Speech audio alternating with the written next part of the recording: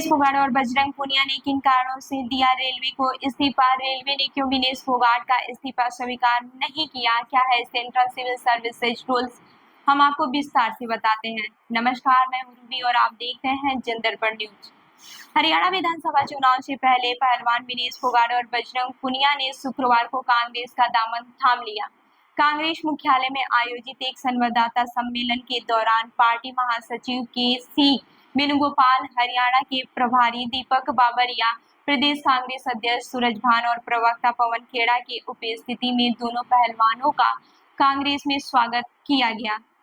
दोनों ने कांग्रेस में शामिल होने से पहले रेलवे की नौकरी से इस्तीफा दिया था। हालांकि रेलवे ने अभी तक इन इस्तीफों को मंजूरी नहीं दी है। रेलवे के सूत्रों के मुताबिक विनेश फोगाट और बजरंग पूनिया ने इस्तीफा दिए बिना ही कांग्रेस पार्टी में शामिल हो गए। दोनों पहलवानों ने निजी कारणों का हवाला देकर रेलवे से इस्तीफा दिया था। विनेश फोगाट रेलवे में ऑफिसर ऑन स्पेशल ड्यूटी के पद पर कार्यरत थी। कांग्रेस में शामिल होने के बाद विनेश ने सोशल मीडिया प्लेटफॉर्म एक्स पर एक पोस्ट में लिखा, जिसमें उन्होंने रेलवे सेवा के दौरान के समय को यादगार और गौरवपूर्ण बताया। उन्होंने कहा, रेलवे की सेवा जीवन का एक यादगार और गौरवपूर्ण समय रहा है। मैं रेलवे परिवार की हमेशा आभारी रहूंगी। इस बीच कांग्रेस के महासचिव के.सी. वेणुगोपाल ने प्रेस कॉन्फ्रेंस में बताया कि राहुल गांधी से मुलाकात के बाद रेलवे ने विनेश फोगाट को कारण बताओ नोटिस जारी किया है। वेणुगोपाल ने दावा किया कि नोटिस में राजनीतिक नेताओं से मिलकर सेवा नियमों के उल्लंघन की बात कही गई है। उन्होंने सवाल उठाया कि क्या विपक्ष के नेता से मिलना कोई अपराध है। साथ ही उन्होंने रेलवे अधिकारियों से अनुरोध किया कि वे विनेश फोगाट को कार्यमुक्त करें और राजनीति में सक्रिय होने की अनुमति दें। आपको बताते चलें कि सेंट्रल सिविल सर्विसेज रूल्स 1964 के तहत रेलवे सहित सभी केंद्रीय कर्मचारियों और अधिकारियों पर चुनाव लड़ने की रोक है। इन नियमों के तहत कोई भी सरकारी कर्मचारी या अधिकारी किसी भी राजनीतिक दल का सदस्य नहीं बन सकता है और न ही वह किसी राजनीतिक गतिविधि में भाग ले सकता है। इसी नियम के तहत कर्मचारी को राजनीतिक आंदोलनों या प्रचार अभियानों से दूर रहना आवश्यक है। अगर किसी कर्मचारी ने इन नियमों का उल्लंघन किया तो उसे दंडात्मक कार्रवाई का सामना करना पड़ सकता है।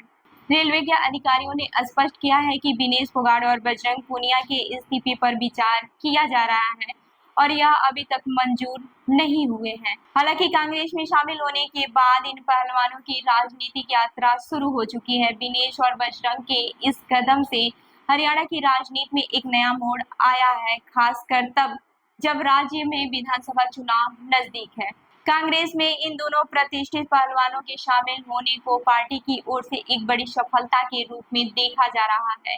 वेणुगोपाल ने कहा कि दोनों पहलवानों की कांग्रेस में एंट्री पार्टी के लिए मजबूत पहलू है और इससे युवाओं के बीच कांग्रेस की लोकप्रियता बढ़ेगी। इस पूरे घटनाक्रम के बीच सवाल यह भी उठ रहा है कि क्या रेलवे दोनों खिलाड़ियों के इस्तीफे स्वीकार करेगा या उनके खिलाफ सेवा नियमों का उल्लंघन करने के आधार पर कोई कार्रवाई।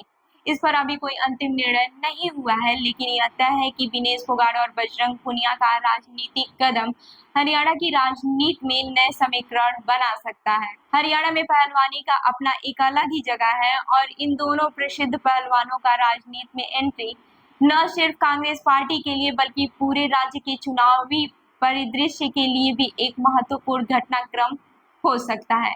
आने वाले चुनाव में यह देखना दिलचस्प होगा कि विनेश फोगाट और बजरंग का राजनीतिक भविष्य कैसा रहता है और वे हरियाणा की जनता के बीच किस तरह का समर्थन जुटा पाते हैं।